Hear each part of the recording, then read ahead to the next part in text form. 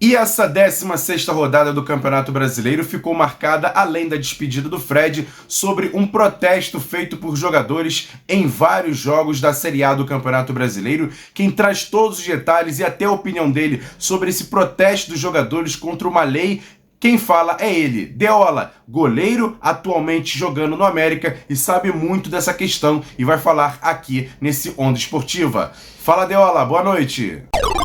Muito boa noite, Emerson, boa noite, Renato, boa noite, Mário, boa noite a vocês que estão nos assistindo, muito obrigado. E realmente foi movimentado esse final de semana na questão dos protestos, né? Chamou muito a atenção de muitos torcedores, né? Muita gente também não está sabendo muito o que está acontecendo. Então, para eu poder explicar resumidamente para vocês o que acontece, né? Tudo começou lá na Câmara dos Deputados, quando semana passada foi aprovado um projeto de lei, que esse projeto ele engloba muitas coisas, né? Engloba outros esportes, engloba profissionais de educação física e engloba também atletas, tanto amadores quanto categoria de base, quanto profissionais também, né? E em algumas cláusulas, em alguns artigos que foram mexidos, tiram benefícios já adquiridos pelos jogadores, né? E onde vai prejudicar muito os contratos futuros, né? Então, para vocês terem ideia, eu vou dar aqui 2 pontos que assim, eu posso destacar mais. Um deles é que se o clube eventualmente acabar não te pagando, né, nesse momento você tem direito de, após 3 meses, entrar na justiça e executar o contrato inteiro, porque é uma quebra de contrato. Quando você não tem o pagamento, existe uma quebra de contrato, né? E com essa nova lei, o clube não vai te pagar, de novo você entra na justiça, você consegue essa quebra de contrato, só que você já está 3 meses sem receber num clube. Na hora que você sai, você vai para outro clube para tentar, né, reaver esse prejuízo. Quando você ingressa nesse outro clube e tiver com um salário parecido com o que você recebia, o clube anterior, o mal pagador, automaticamente já está quitado essas dívidas. Ele não é mais obrigado a pagar a sua dívida. Ou seja, você não recebe lá, e aí na hora de receber o que ele deixou de te pagar, você já trabalhou por isso, ele não é mais obrigado a te pagar. Então essa é uma cláusula que lesa muito o trabalhador. E em outro ponto, né, um outro ponto muito importante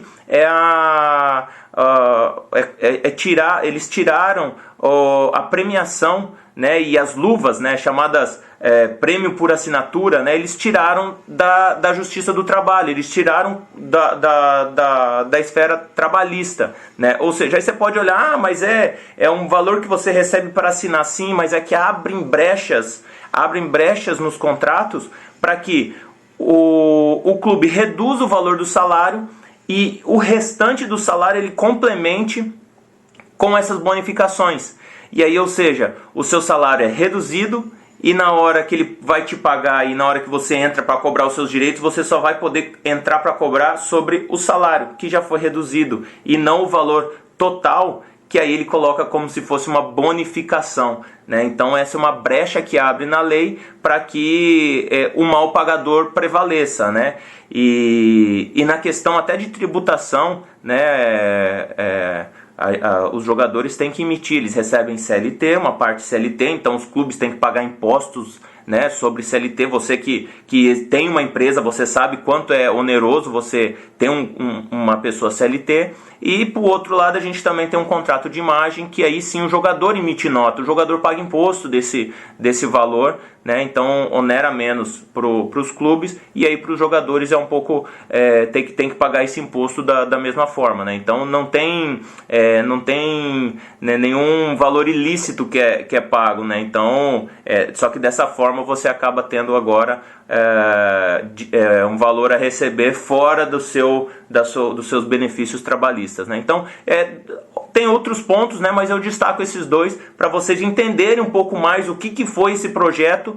E a reivindicação dos jogadores é que ninguém comunicou os jogadores, né? Existe uma classe foi lá, o sindicato acabou conversando com o pessoal da Câmara, aprovaram um projeto, mas não comunicaram os jogadores. Então, nós ficamos sabendo desse projeto. Um dia antes começamos a mobilização, não fomos ouvidos, né? E além de não ser ouvidos, começaram a falar que o projeto era bom, né? E agora a gente começou a mostrar nossa força, né? Então, os jogadores do Brasil todo se mobilizaram, né? E protestos aconteceram, protestos pacíficos, né? Então, os jogadores de todas as divisões A, B não teve jogo, então Série A teve protesto, Série C teve protesto, e inclusive jogos da Série D tiveram protestos, e jogos que não são de divisão.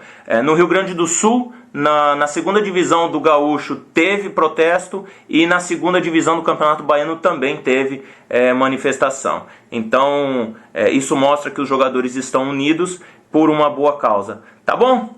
Espero ter esclarecido a todos vocês um pouquinho, né, um breve resumo, porque é um tema bastante complexo, mas fica aqui o esclarecimento para que vocês possam entender um pouquinho o que é essa luta. E outra coisa, os jogadores, vale ressaltar que os jogadores de primeira divisão, que tem grandes salários, também se manifestaram, porque sim, eles vão ser prejudicados com isso, porém, a classe mais prejudicada são 82% dos jogadores, isso é um dado da CBF, 82% dos jogadores têm em média um salário mínimo por mês, né? Então esses 82% que serão muito mais prejudicados por conta dessa lei, e a briga também não só pelos jogadores que estão numa classe mais alta, mas os jogadores de inferiores aí que são excluídos da grande mídia e tudo mais. Acho que esses sim que terão um prejuízo muito grande, tá bom? Um forte abraço para vocês, Deus abençoe e nos vemos segunda que vem. Tchau, tchau.